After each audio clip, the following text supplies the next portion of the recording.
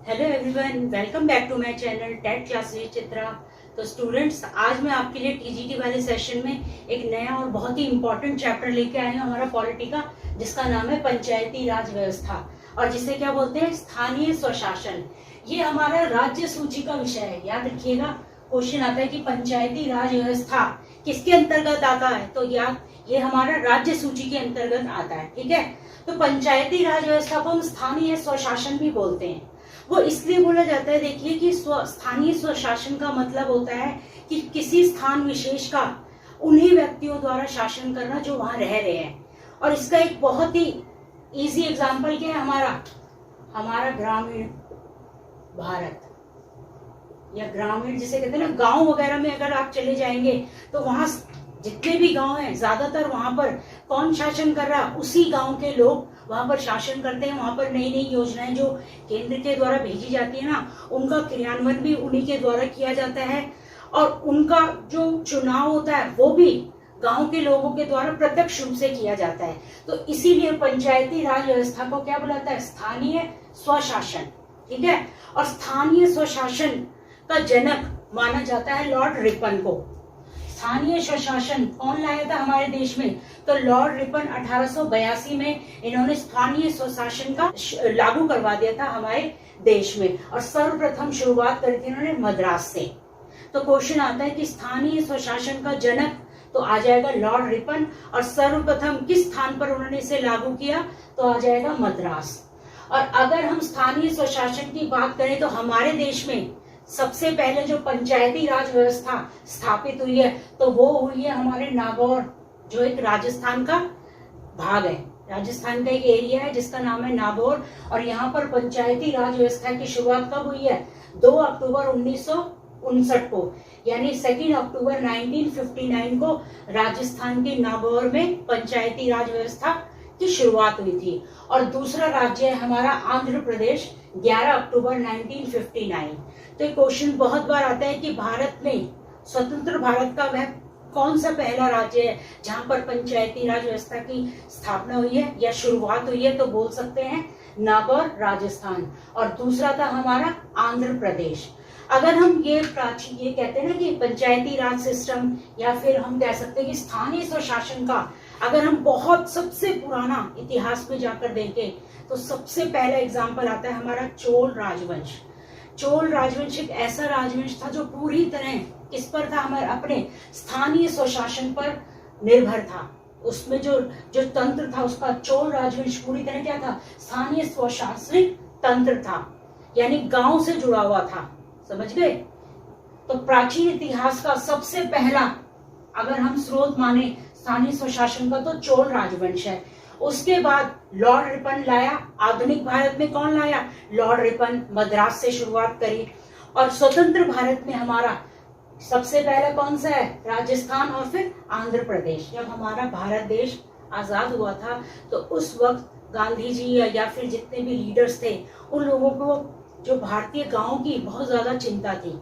गांधी जी का ये मानना था सबसे पहले हमें हमारे गांवों को क्या करना पड़ेगा, गांव का विकास करना पड़ेगा, क्योंकि उस वक्त सबसे ज्यादा गांव में क्या थी, भुखमरी थी, बेरोजगारी थी, लाइट हो गई, शिक्षा हो गई, मेडिकल हो गया, किसी भी चीज की सुविधा नहीं थी। तो गांधी जी ने कहा था कि सबसे पहले गांव में क्या बनाना चाहिए, हमें पंचायती राज व्यवस्था की शुरुआत करनी चाहिए।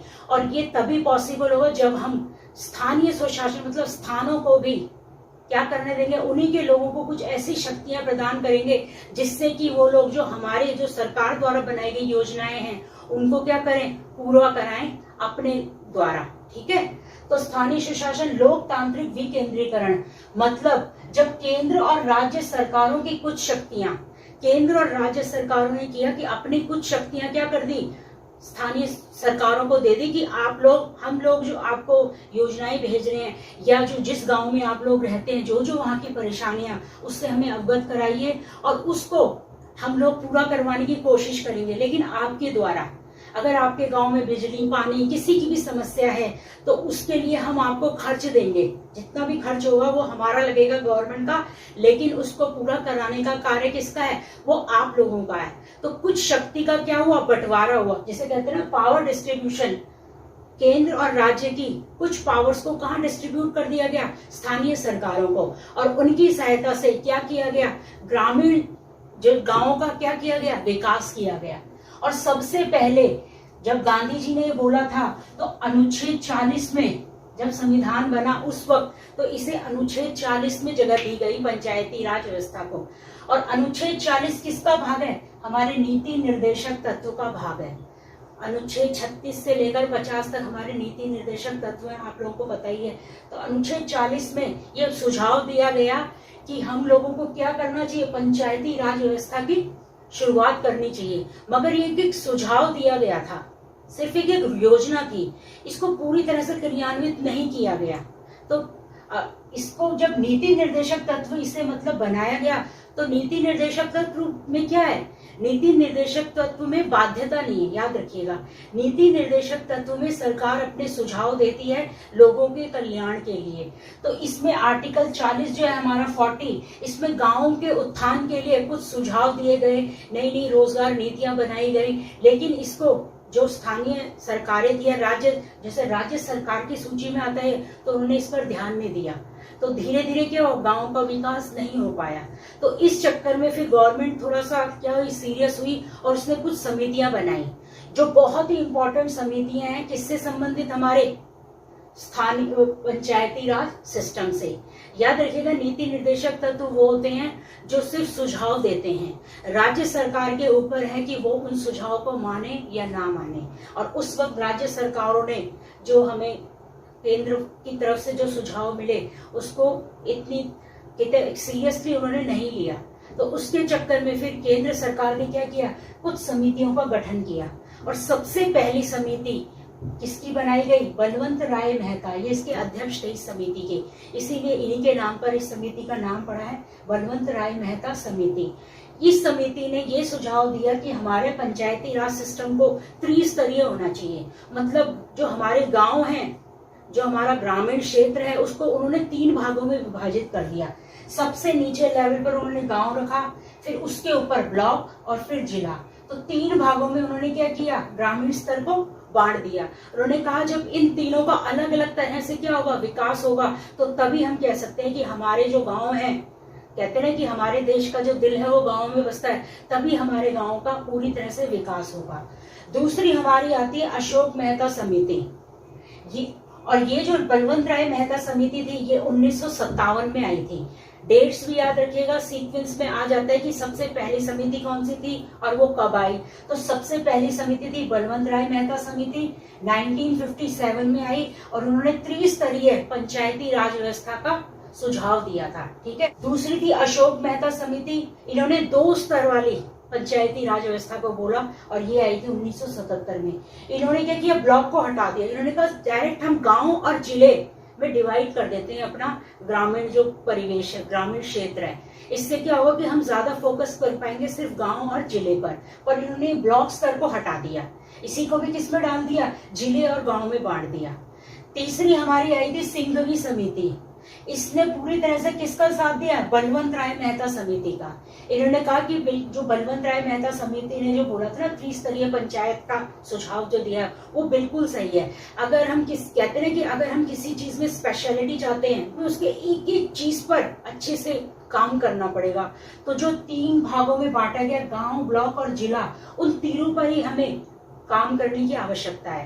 तभी हमारे जो गांव हैं, जो हमारे देश के गांव हैं, तभी वो विकसित होंगे। तो और दूसरा उन्होंने कहा था कि ये जो सिर्फ आप लोगों ने सुझाव दिए हैं, जो कब आ गए थे सुझाव, 1957 में अनुच्छेद 40 में जो डाले गए हैं, अब इसको संवैधानिक कर देना चाहिए। अब इसे संविधान में ऐड करना चाहिए। जो भी संविधान के अंतर्गत आता है वो बाध्यता बना देता है उस चीज की। लेकिन अभी ये सुझाव के अंतर्गत था कि राज्य सरकारें चाहती हैं तो इसको लागू करें और नहीं चाहती हैं तो ना लागू करें। तो उन्होंने कहा था कि इसकी बाध्यता बनाओ, इसको संवैधानिक जामा पहनाओ, ये जो हम सुझाव और ये जो लाए हैं, और त्रिस्तरीय व्यवस्था का इन्होंने सुझाव दिया। तो लगभग इन्हीं के कहने और इनकी जो सिंघवी समिति आई वो 1986 में आई और इसका इतना जबरदस्त प्रभाव पड़ा कि क्या हुआ, भारत में त्रिस्तरीय पंचायती व्यवस्था को लागू करने के लिए क्या हो गया, एक संविधान संशोधित किया गया। 1986 में जब ये सुझाव लाए तो भारत ने क्या किया, इन दोनों की जो भारतीय सरकार थी, बलवंत राय मेहता समिति की जो उन्होंने बोली थी कि त्रिस्तरीय व्यवस्था, उसको लागू करने के ऊपर ध्यान दिया और क्या किया, अपने संविधान में संशोधन कर दिया उन्होंने। 73वां संविधान संशोधन जिसे कहते हैं, जो 1992 में हुआ है। याद रखिएगा, पंचायती राज व्यवस्था को दोबारा से उन्होंने क्या किया, संवैधानिक दर्जा देने के लिए उससे संविधान में संशोधन मतलब होता है कुछ फेरबदल करना। याद रखिएगा, जब हमारा देश आजाद हुआ था तब नागरिकों की अलग आवश्यकताएं थी, उस हिसाब से गवर्नमेंट चली, लेकिन आते आते 1992 में क्या हुआ, धीरे धीरे जो नागरिकों की आवश्यकताएं थी वो बदलती गई। तो उसके आधार पर हर बार संविधान को तो बदला नहीं जा सकता, मगर उसमें थोड़ा बहुत फेरबदल करके उसमें ऐड किया जा सकता है। आज तक संविधान में हमने कोई चीज हटाई नहीं है, हमेशा उसमें एक ऐड की है, जिसको बुलाता है संशोधन। तो पंचायती राज व्यवस्था से संबंधित जो संविधान संशोधन था वो था हमारा 73वां संविधान संशोधन, जो कब हुआ, 1992 में पारित हुआ। 86 में उन्होंने बताया था, लेकिन कब पारित हुआ, 1992 में आया और 24 अप्रैल 1993 को इसे संपूर्ण भारतवर्ष में लागू कर दिया गया कि अब से हर भारत का जितने भी गांव हैं वहां पर पंचायती राज व्यवस्था कौन सी शुरू की गई, त्रिस्तरीय पंचायती राज व्यवस्था कार्य करेगी। ठीक है, और कब हुआ था वो, 24 अप्रैल 1993। तो इसीलिए 24 अप्रैल का अपना विशेष महत्व है, क्योंकि 24 अप्रैल को अब हर वर्ष हम क्या मनाते हैं, पंचायत दिवस के रूप में मनाया जाता है। आई होप स्टूडेंट्स आपको ये सारे पॉइंट्स समझ में आ रहे होंगे और ये यहाँ से क्वेश्चन आएगा ही आएगा, मैं बार बार बोल रही हूँ। अब पंचायती राज व्यवस्था में महिला आरक्षण भी दिया गया है कि अगर कहीं पर भी चुनाव होते हैं तो महिलाओं के लिए 1/3 आरक्षित की गई है मिनिमम। उस जहां भी चुनाव होंगे पंचायत से संबंधित वहां पर 1 सीट और महिलाओं की होगी। लेकिन बिहार एक ऐसा राज्य बना पहला जिन्होंने उसको क्या कर दिया, 50% कर दी महिला आरक्षण को। याद रखिएगा, जो पंचायत राज व्यवस्था में महिलाओं के लिए आरक्षण कितना है, 1/3 भाग, समझ गए, 1/3 यानी 3 में से 1 कौन होगी, महिला होगी, महिला लड़ेगी चुनाव। लेकिन बिहार ने क्या कर दिया, महिला आरक्षण को बढ़ा के क्या कर दिया, 50%। तो क्वेश्चन आ सकता है कि ऐसा कौन सा राज्य है जिसने महिला आरक्षण 1/3 से क्या कर दिया, 50% बराबर, यानी बराबरी पे ला दिया, 50-50%। तो वो है हमारा बिहार राज्य। और पंचायती राज व्यवस्था में टोटल कितने विषय दिए गए हैं, 29 विषय। मतलब ये 29 ऐसे काम हैं जो पंचायती राज व्यवस्था के द्वारा लागू क्रियान्वित होंगे, किए जाएंगे। जैसे ये जो 29 विषय हैं, जो 29 विषय हैं, ये सारे किस पर आधारित हैं, गांव से संबंधित है। जैसे गांव में बिजली, पानी, सड़क योजना और क्या कहते हैं पन बिजली, हाइड्रो इलेक्ट्रिसिटी बनती है जो पानी से संबंधित, या फिर स्कूल हो गए, कॉलेज हो गए, तुम्हारे हॉस्पिटल्स हो गए, या फिर गांव में छोटे मोटे लघु स्मॉल स्केल पर जो इंडस्ट्रीज खोली जाती हैं, लघु उद्योग हो गए, तुम्हारे क्या कहते हैं प्रौढ़ शिक्षा अभियान चलाना। जितने भी योजनाएं जो केंद्र सरकार बनाती है उन्हें गाँव तक पहुँचाना। ठीक है, जैसे मुर्गी पालन हो गया, तुम्हारा पोल्ट्री फार्म खोलते हैं लोग गाँव में, और गाय भैंसों के लिए चारा वगैरह, इन सब का इंतजाम और इन सब का कार्य कौन करेगा, पंचायती राज व्यवस्था के द्वारा किया जाएगा। तो क्वेश्चन आता है कि पंचायती राज व्यवस्था में टोटल कितने विषय हैं, तो याद रखिएगा 29 विषय हैं। और ये सब किससे संबंधित है, गांव से संबंधित है। गांव के जीवन यापन में जो भी मूलभूत आवश्यकताएं वहाँ लोगों की होती हैं, वही क्या है, वही 29 विषय हैं। और वो पूरे कराने की जिम्मेवारी किसको दी गई, स्थानीय स्वशासन या फिर पंचायती राज व्यवस्था को। अब जिस समय 1992 में जब ये आया था, ठीक है, 73वां संविधान संशोधन, तो उस वक्त हमारे पीएम कौन थे, नरसिम्हा राव। कौन थे हमारे पीएम, नरसिम्हा राव। अनुच्छेद, अब इसको क्या किया, संवैधानिक जामा जब पहनाया गया तो अब इसे अनुच्छेद 243 में जोड़ा गया। 243 का से लेकर 243 ओ तक, याद रखिए 243 से शुरू होता है क से लेकर, और कहते हैं 243 ओ तक क्या होगा, ये हमारा पंचायती राज सिस्टम इसमें डाला गया। तो अब ये वैधानिक हो चुका है। पहले पंचायती राज सिस्टम आ जाएगा कि जब क्वेश्चन ऐसा आता है कि जब संविधान संशोधन नहीं हुआ था पंचायती राज सिस्टम का, तो तब वो किस अनुच्छेद में था? तो तब कहेंगे आर्टिकल 40 में था। नीति निर्देशक तत्व का एक क्या था? भाग था। लेकिन जब 73वां संविधान संशोधन आया 1992 में, तो तब उसे क्या किया? संशोधित करके कहाँ डाल दिया गया? आर्टिकल 243 में। और टोटल अगर आ जाएंगे तो 243 के ओ लेवल तक, ABC करके कहाँ तक है ये? O तक क्या किया? पंचायती राज व्यवस्था को इसमें डाला गया। अनुसूची 11वीं बनी इसके लिए। पहले हमारी कितनी थी? 10। अनुसूची 11वीं जोड़ी गई। पंचायती राज व्यवस्था से संबंधित कौन सी अनुसूची है? तो याद रखिएगा 11वीं अनुसूची। और टोटल हमारे संविधान के कितने हैं? 22 भाग हैं। तो उसमें से जो हमारा 9वां भाग है वो पंचायती राज व्यवस्था से संबंधित है।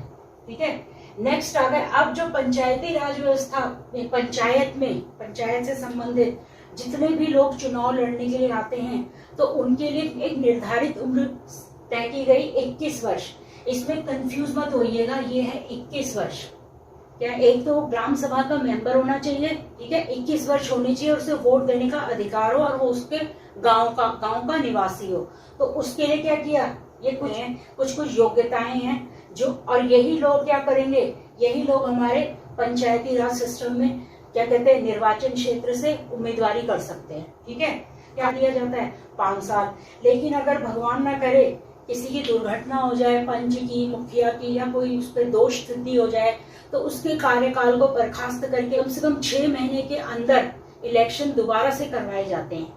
और ये जो इलेक्शन कराए जाते हैं पंचायती राज के, वो कौन कराता है? हमारा राज्य निर्वाचन आयोग। क्योंकि ये क्या है? ये राज्य सूची का विषय है, तो कौन करवाएगा? राज्य निर्वाचन आयोग के द्वारा क्या कराया जाता है?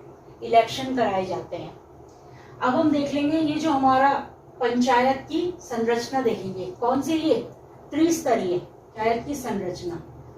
सबसे नीचे लेवल पर विलेज, जिसे कहते हैं ना गांव के लेवल पर, क्या कहते हैं? उसे ग्राम पंचायत कहते हैं। सबसे निचला हिस्सा अगर हमारा देखा जाए कि प्रत्यक्ष लोकतंत्र का उदाहरण, तो क्या है वो? हमारी ग्राम पंचायत। छोटा सा लिख लो, प्रत्यक्ष लोकतंत्र। क्वेश्चन आता भी है कि भारत की राजनीति में सबसे महत्वपूर्ण या सब प्रत्यक्ष लोकतंत्र का उदाहरण कौन सा है? तो वो है हमारी ग्राम पंचायत, जहां पर गांव के लोग उस व्यक्ति को चुनते हैं जिन्हें वो अच्छे से जानते हैं, पहचानते हैं, जिसके बारे में उनको पता होता है कि वो एक करेगा, जिससे वो रोज मिलते हैं, जिससे वो अपनी गांव की परेशानियां शेयर करते हैं, और जो उसी गांव का होता है ज्यादातर उसी को वो लोग चुनते हैं। और कैसे निर्वाचन होता है? डायरेक्ट वोट डालकर उसी टाइम उसको चुना जाता है। तो इसी को क्या कहता है? प्रत्यक्ष निर्वाचन। ये 3 भागों में बांट दिया पंचायत की संरचना: ग्राम पंचायत, पंचायत समिति और जिला परिषद। ग्राम पंचायत जो विलेज लेवल पर है, पंचायत समिति जो ब्लॉक में लेवल पर है, और क्या कहते हैं, जिला परिषद जो डिस्ट्रिक्ट लेवल जिसे बोलते हैं। ठीक है, ग्राम पंचायत का जो हेड होता है उसे बोलते हैं सरपंच। पंचायत समिति का जो सबसे ऊपर हेड ऑफिसर होता है उसे बोलते हैं प्रमुख, या कई बार बोला जाता है उसे प्रधान भी बोला जाता है। ठीक है, और जिला परिषद का हेड कौन होता है? या तो कई बार उसे अध्यक्ष भी बोल सकते हैं, और वैसे ज्यादातर कॉमनली उसे जिला प्रमुख बोला जाता है। जिले का प्रमुख सबसे ऊपर वाला है, तो सबसे ऊंची पोस्ट है इनकी। ठीक है, दोबारा बता रही हूँ, ग्राम पंचायत में सबसे ऊंची पोस्ट है सरपंच, पंचायत समिति में प्रमुख या प्रधान जो चुनकर आते हैं। ठीक है, और जिला परिषद में जिला प्रमुख। अब जो ग्राम पंचायत का क्या होता है? प्रत्यक्ष निर्वाचन होता है, मैं बता चुकी हूँ। लेकिन जो ये हमारे पंचायत समिति में प्रमुख और प्रधान होते हैं, इनका अप्रत्यक्ष क्या होता है? निर्वाचन होता है। ग्राम मतलब एक गांव से चुना गया। जब बहुत सारे गांव मिलते हैं तो तब क्या बनता है? ब्लॉक्स बनते हैं।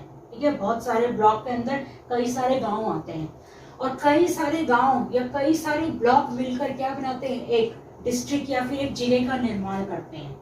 तो जब ये बहुत सारे गांव के मुखिया या पंच आते हैं, तो उनमें से एक को चुना जाता है। और क्या होता है? ये डायरेक्ट तो हमने चुना नहीं, किसने चुना?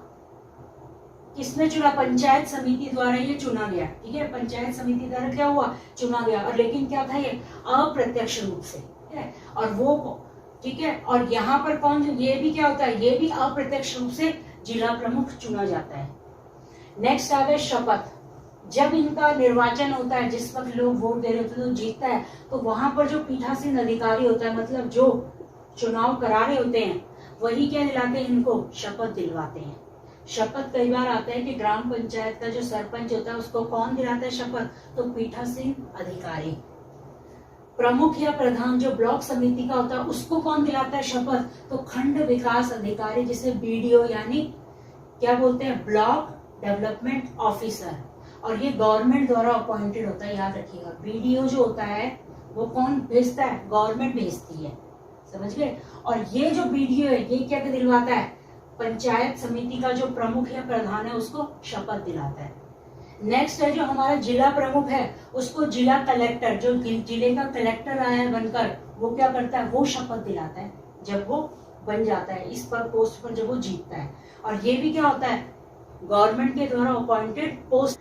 और ये त्याग पत्र, शपथ कौन दिलाता है, ग्राम पंचायत के सरपंच को, पीठासीन अधिकारी। और त्याग पत्र देता है बीडीओ को, ये देख रहे हैं आप, इसको देगा ये त्याग पत्र, इसको देगा ये वाला बीडीओ। त्याग पत्र किसे देता है, ये बीडीओ, जो इसका भी हेड है, प्रमुख और प्रधान का भी हेड है, उसको ये अपना त्याग पत्र देता है, ठीक है। और इसका त्याग पत्र किसको जाता है, जिला प्रमुख, ये जो जिले का हेड है, किसको देता है ये अपना त्याग पत्र, जिला प्रमुख को। और जो जिला प्रमुख है, जो डिस्ट्रिक्ट का हेड है जिला प्रमुख, वो देता है मंडल आयुक्त को। वो किसको देता है, मंडल आयुक्त। जिले के ऊपर भी एक और एरिया होता है जिसे बोलते हैं मंडल। जब बहुत सारे, मैंने आपको बताया था ना, एक गांव, 2-4 गांव मिलकर ब्लॉक बना देते हैं, कुछ ब्लॉक मिलकर डिस्ट्रिक्ट बनाते हैं, और जब 4-5 डिस्ट्रिक्ट मिल जाती हैं तब उसको एक मंडल बोला जाता है। तो डिस्ट्रिक्ट लेवल पर अगर जिला प्रमुख अपना क्या कहते हैं त्याग पत्र देगा तो किसको देगा, मंडल आयुक्त को देगा, ठीक है। अब देखते हैं बैठकें। अब वर्ष में कम से कम 4 बार ग्राम पंचायत की बैठकें होती हैं। एक होती है इनकी 26 जनवरी, जिस दिन हमारा क्या होता है, 26 जनवरी को क्या था, गणतंत्र दिवस। 1 मई जिस दिन हमारा मजदूर दिवस होता है। 15 अगस्त जिस दिन स्वतंत्रता दिवस है। और 2 अक्टूबर गांधी जयंती, इस दिन तो इसकी शुरुआत ही हुई है। तो ये 4 दिन, साल में 4 बार ये बैठक तो आवश्यक ही है। और इन बैठकों में क्या होता है, इन बैठकों में होता है कि जो भी गांव की समस्याएं हैं, जो भी गांव के जनता को चाहिए, जो भी परेशानियां, उसका डिस्कशन होता है इन सभाओं में। और जो भी है, जो मुखिया या सरपंच है, जो सरकार की नीतियां इसके पास आती हैं, जो पैसा आता है, उसके बारे में भी इन बैठकों में क्या होता है, बातचीत होती है। कई बार गांव में कुछ लड़ाई झगड़े हो जाते हैं, बहुत होते हैं, तो उनका निपटारा भी क्या करते हैं, ये यहीं पर ही कचहरी लगाते हैं। फौजदारी और दीवानी दोनों तरह की सॉर्ट आउट होते हैं यहाँ पर मुद्दे, जो भी प्रॉब्लम होती है। फौजदारी मतलब फौजदारी वो वाले मुकदमे होते हैं जिसमें दंड दिया जाता है, सजा दी जाती है, ठीक है। और जो दीवानी होते हैं पैसे से लेन देन, पैसे के मुद्दे, तो दोनों के क्या करती हैं, दोनों का ही यहाँ पर क्या होता है, दोनों ही परेशानियों को सुलझाया जाता है इन बैठकों के द्वारा। और ये कितनी बार होती है, वर्ष में 4 बार। अब पंचायत समिति की बैठक वर्ष में कितनी बार होती है, 2 बार। ये इनके ऊपर है कि ये कब लें। और ये जो जिला परिषद डिस्ट्रिक्ट लेवल पर, तो ये वर्ष में 1 बार होती है बैठक, ठीक है। ये जितने भी मुद्दे होते हैं, ये किसको, ये जो सरपंच होता है किसको पहुंचा देता है, प्रमुख या प्रधान को अपनी परेशानियां गांव की बता देता है कि हमारे गांव में ये समस्याएं हैं और इन समस्याओं का निपटान हम ऐसे करके कर सकते हैं, इतना पैसा लगेगा। तो किसको बोल देता है, प्रमुख या प्रधान को, ठीक है। और ये जो प्रमुख या प्रधान है ये क्या करता है, मिडल मैन का काम करता है। प्रमुख या प्रधान क्या करता है, मिडल मैन। यहाँ की परेशानियां सुनकर कहाँ पहुंचाता है, जिला प्रमुख के पास पहुंचाता है, समझ गए। ये जो बीच का स्तर जो ब्लॉक लेवल बनाया है इसीलिए गया है कि ये क्या करेगा, इधर की भी सुनेगा और इधर की भी, इधर की परेशानियों को आगे ले जाएगा और आगे से जो भी उसके सुझाव हैं, जो भी उनका काम, जो भी उनका जिस कहते हैं निष्कर्ष निकला है, उसको कहाँ पहुंचाएगा, ग्राम पंचायत तक पहुंचाएगा। तो एक तरह से मिडल पर्सन का काम करते हैं, मिडल मैन का, कि इधर की बात को सुनकर उधर पहुंचाना और उधर के जो निर्णय हुए हैं उनको वापस क्या करें, ग्राम पंचायत में सरपंच और ग्राम सभा को बताना। इसकी बैठक 1 बार होती है। इनका काम, अब ये जो जिला प्रमुख है इसका काम क्या होता है, पर्यवेक्षण, मतलब इसने बताया कि जो जो प्रॉब्लम है, तो ये क्या करते हैं, औचक निरीक्षण करते हैं। कभी कभी गांव या जो भी कहीं पर भी जो इनके अंडर जितने भी गांव आते हैं, ब्लॉक आते हैं, कभी भी जाकर वहां पर क्या कर देते हैं, निरीक्षण कर लेते हैं कि क्या सच में गांव से यहाँ से जो कंप्लेंट आई है, क्या ये वास्तव में सच है? क्या सच में लोगों को इतने पैसे की जरूरत है? या यहाँ पर कई बार आता है गांव में कि क्या होते हैं, हॉस्पिटल बहुत दूर दूर होते हैं और ज़्यादातर डिलीवरी के टाइम पर औरतें अपना दम तोड़ देती हैं क्योंकि हॉस्पिटल पास में नहीं होते हैं। तो ये जाकर देखते हैं कि सच में ये सीरियस प्रॉब्लम है, या फिर कई बार जो सरपंच होते हैं वो लेखा जोखा झूठा लिखवा के पैसे भी हड़पते हैं। सबके ऊपर नजर कौन रखता है? सरपंच के ऊपर भी, और क्या कहते हैं, प्रमुख है प्रधान, ब्लॉक स्तर पर भी। तो वो काम होता है जिला प्रमुख का। क्या होता है? इन सब के ऊपर पर्यवेक्षण, पूरा कंट्रोल रखना कि क्या सच में ये सब सच है। ठीक है, तो स्टूडेंट्स आज हमने बहुत ही इंपॉर्टेंट चैप्टर करा है हमारा पंचायती राज व्यवस्था, जिसे स्थानीय स्वशासन कहते हैं। ये पेपर में आता ही आता है स्टूडेंट, 2 या 3 क्वेश्चन यहाँ से उठकर आएंगे आपके।